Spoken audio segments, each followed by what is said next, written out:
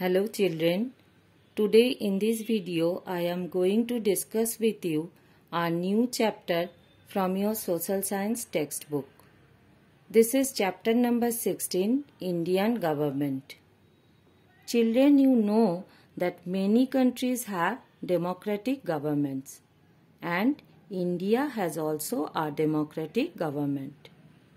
What does democracy mean? Democracy means a government run by the people, for the people and of the people. In this form of government, the people have the right to participate in the governing of their own country.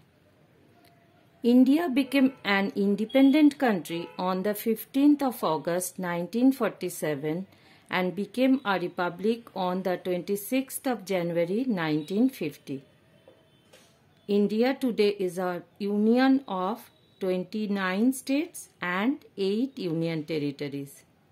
And the total population of India is more than 138 crores. Now look at your book. Every country has a set of rules. The constitution includes the rules and laws that govern every citizen of a country. India has a written constitution. India is divided into 28 states and 8 union territories.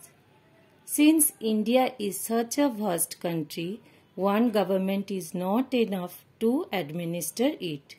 Therefore, the Constitution of India provides for a single central government and state governments for each state.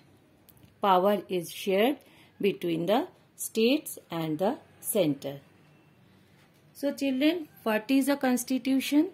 The constitution is a set of written rules and regulations according to which a country is governed.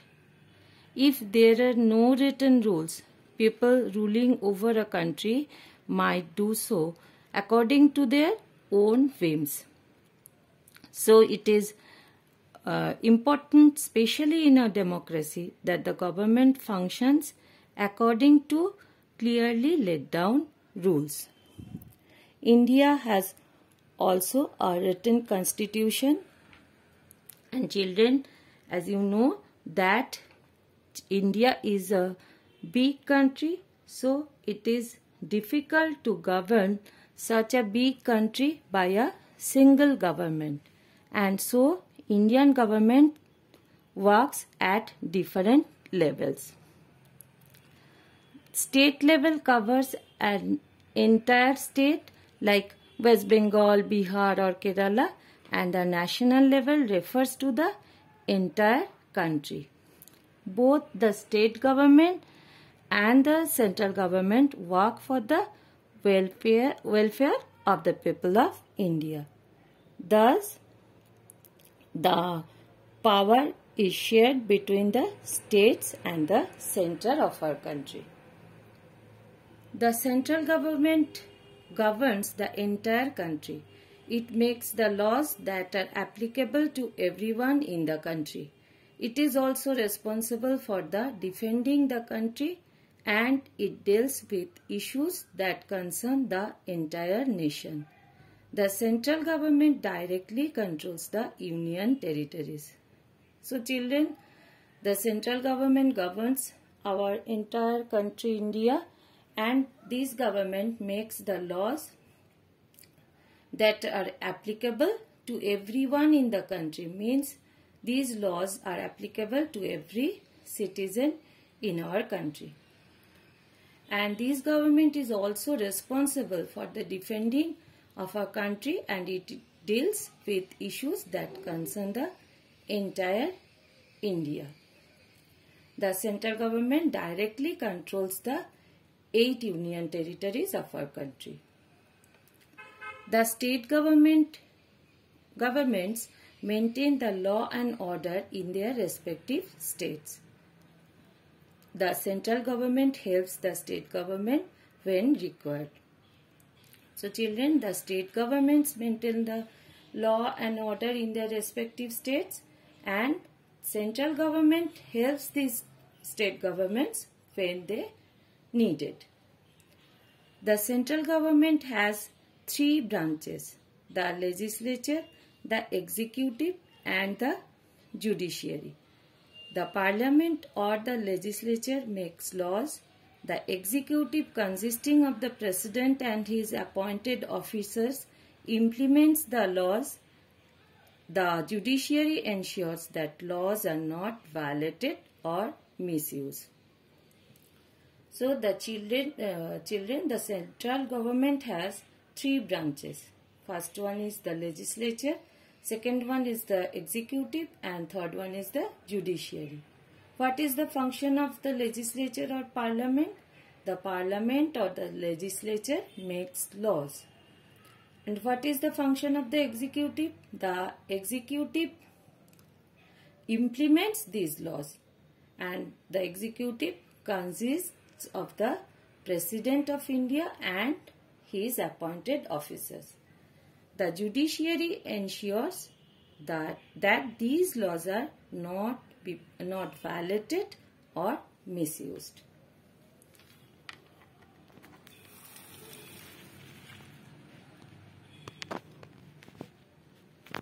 Central government. The central government makes laws for the entire country through the parliament. The parliament comprises two houses, Lok Sabha and Rajya Sabha. So children, you have already learned that the central government makes laws for the entire country, and these laws are applicable to every citizen in our country, and they makes laws through the parliament. And the parliament has two houses. First one is Lok Sabha and the other one is Rajya Sabha. Now we will learn about Lok Sabha and Rajya Sabha. Lok Sabha. The Lok Sabha is also called the House of the People, since it comprises members who have been directly elected by the people of India. It is also known as the lower house. The Lok Sabha is presided by the Speaker, who is elected by the members of the House. So Lok Sabha is also known as the lower house, and it is also called as the House of the People. Why? Because the members of the Lok Sabha have been directly elected by the people of India. And who presides the Lok Sabha? The Lok Sabha is presided by the Speaker, and the Speaker is elected by the members of the Lok Sabha. The Indian Constitution states that the Lok Sabha can have a maximum of 552 members. Any Indian citizen can contest for the Lok Sabha elections if he or she is more than 25 years old. If successful, he or she will become a member of parliament or MP. The MPs elect a person from amongst themselves as the Speaker of the Lok Sabha. So children, it is written in our constitution that the Lok Sabha can have a maximum of 552 members, and any Indian citizen whose age is more than 25 years can contest for the Lok Sabha elections, and if successful, he or she will become a member of parliament. Means she or he will become the MP. The MPs elect a persons from themselves as the Speaker of the Lok Sabha. Now Rajya Sabha. The Rajya Sabha is the upper house of the parliament. The members of the Rajya Sabha are chosen by the members of the state legislative assemblies. So children, you have already learned that the Lok Sabha is known as the lower house of the parliament, and the Rajya Sabha is known as the upper house of the parliament. And the members of the Rajya Sabha are chosen by the members of the state legislative assemblies.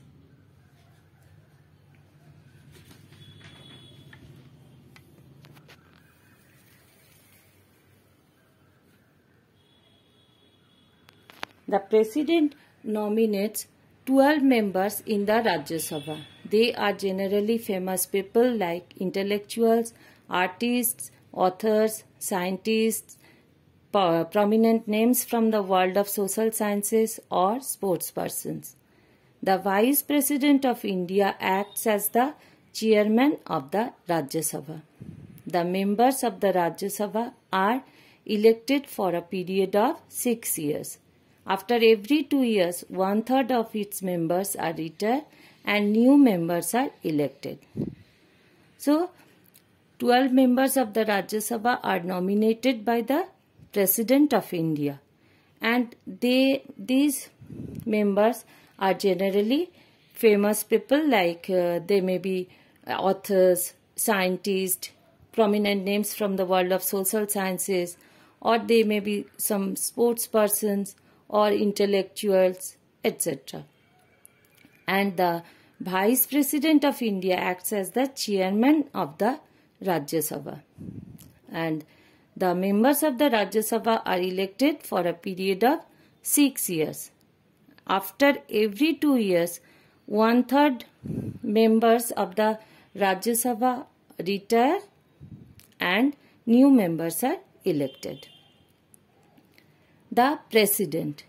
The President is the head of the country and the supreme commander of the armed forces. He or she is elected by the members of both the houses of the parliament as well as the state legislative assemblies. The President of India serves a term of 5 years.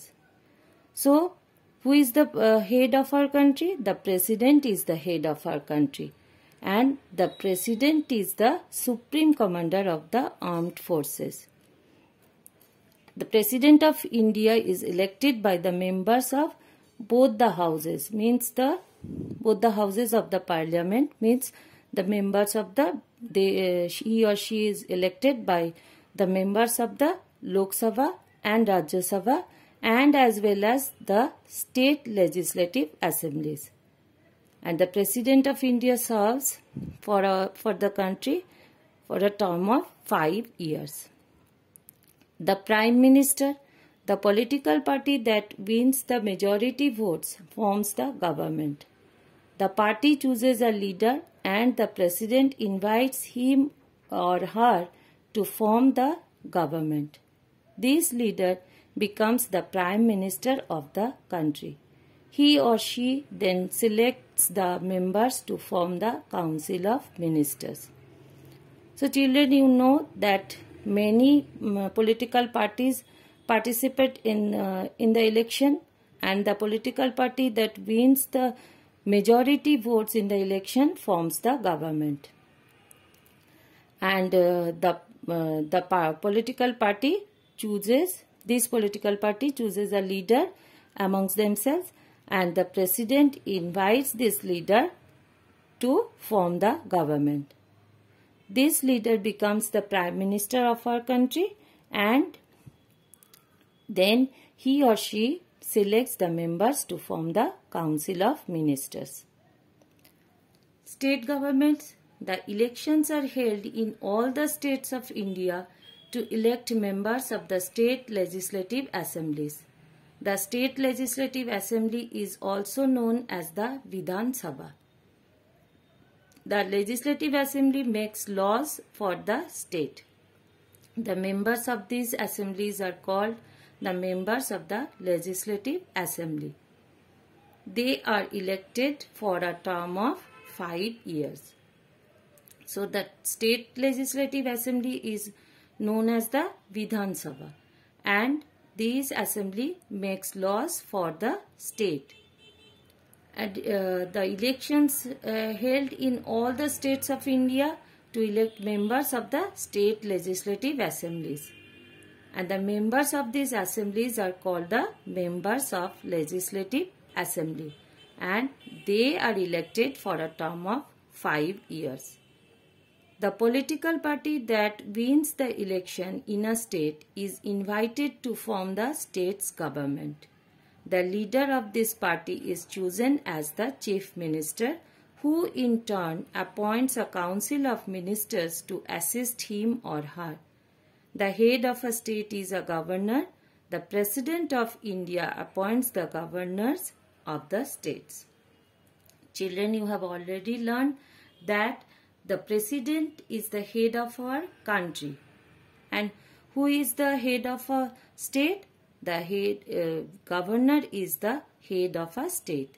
And the President of India appoints the governors of the states. And the political party that wins the election in a state is invited by the governor to form the state's government. And the leader of the winning party is chosen as the chief minister. And this chief minister appoints a council of ministers to assist him or her. Next, judiciary. The judiciary is also a part of the government. It ensures that all the citizens obey the laws.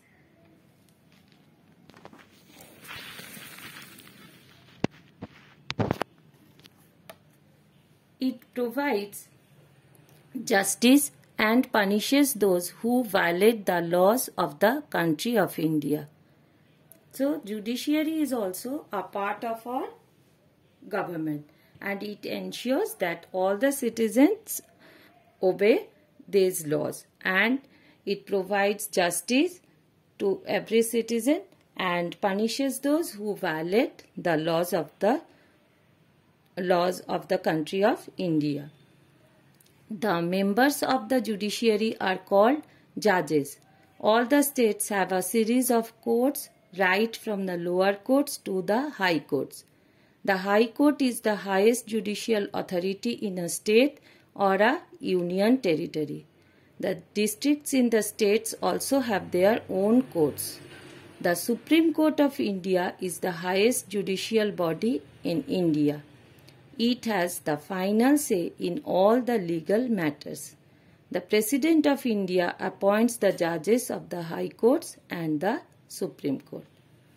So children, the members of the judiciary are known as judges, and all the states of India have a series of courts, right from the lower courts to the high courts. And High Court is the highest judicial authority in a state or in a union territory. And all the districts in the state also have their own courts. You have learned that the High Court is the highest court, highest judicial authority in a state. Like this, the Supreme Court of India is the highest judicial body in India. It has the final say in all legal matters. Means the Supreme Court has the final say in all legal matters in our country. And the President of India appoints the judges of the High Courts and the Supreme Court. So children, hope all of you understand this clearly, that how our government works. Now revise this lesson. See you all in the next video. Bye students.